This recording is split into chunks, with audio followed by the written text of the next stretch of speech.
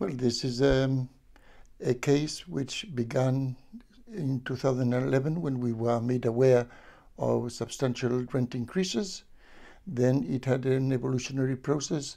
We formed a tenants association, and eventually, when the law was changed later on, we applied to the housing tribunal, so that the tribunal would review the cases. There were 23 applications made. I'm the chairman of the association at the moment.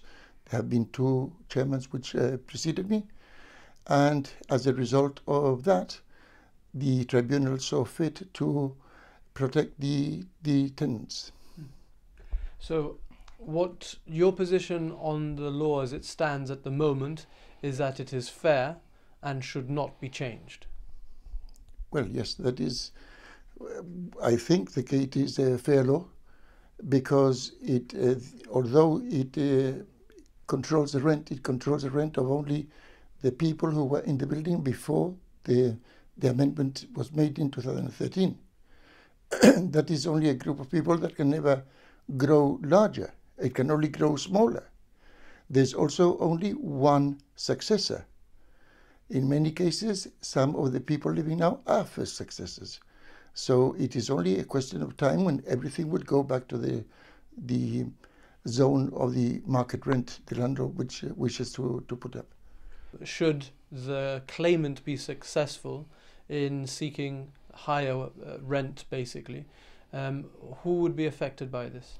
Well, most of the people who made the application would be affected. The people who made the application made it out of necessity and out of need, and not just because they fancied to make an application to a low rent. Most of the people which made an application, which are the people who were here in the building prior to the act, the amendment of 2013, have been here for donkey's years, from the 1950s, 1960s, and so on. They've been here for a long, long time. And they spent a great deal of amount of money in beautifying their homes and all of that. And they would, at this moment, they are now elderly and they are pensioners. They have limited means and they just can't afford a high rent. If we put aside the amount of money that the landlord wanted to charge for this, how happy are residents living in these flats at the moment, would you say, generally? Well, at the moment, it's not that they are jubilant, but they are relieved. They are relieved to know that at least they can have a decent living and pay a rent which they can afford. It's not a question of paying a high rent or a low rent. It's a question of being able to pay the rent per se.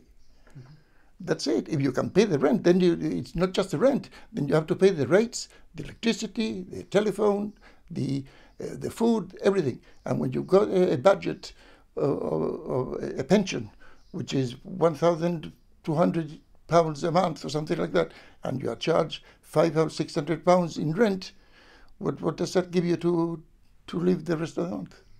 And isn't there rent relief available at the moment in the law for such people? Indeed it is, at the moment in the law.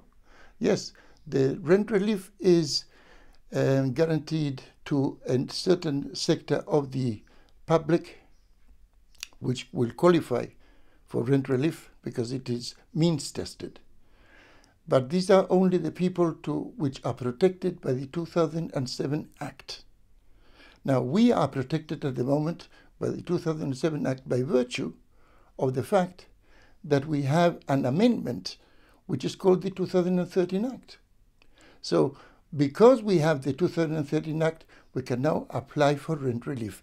If the 2013 Act were to be found unconstitutional and then repealed, then the chances of applying for rent relief would be gone, because you would no longer be, at that point, you'd no longer be protected by the Mother Act, the 2007 Act, which is the act that has the section on rent relief. You can only apply for that if you are protected by the Act. If the Act applies to you. Once the 2013 Act is termed unconstitutional and repealed, the 2007 Act would no longer apply to me, and therefore I can get no rent relief. It is that simple.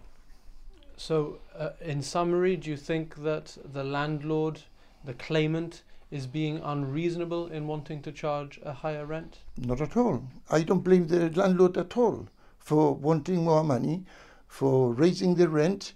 If perhaps, I don't know, I would do the same with the landlord. It's part of human nature for the landlord to want more money if he has a building.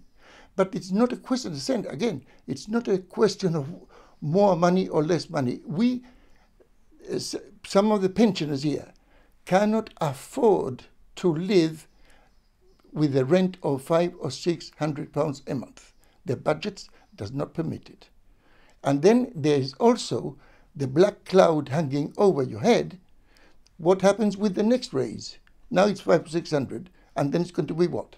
900 or 1,000 or 1,100? So you've been living here since 1950 or 1960 or 1970 all your life, and then they raise the rent so high that you cannot afford it at all. So you go to the piazza to sleep. So very finally, what are you hoping will result from this case? Well, I have no bitter feelings to the landlord whatsoever. As I said, as a matter of fact, everybody here is a friend. I don't have any enemies. I hope to win, obviously, so that we can continue living a decent life which we can afford.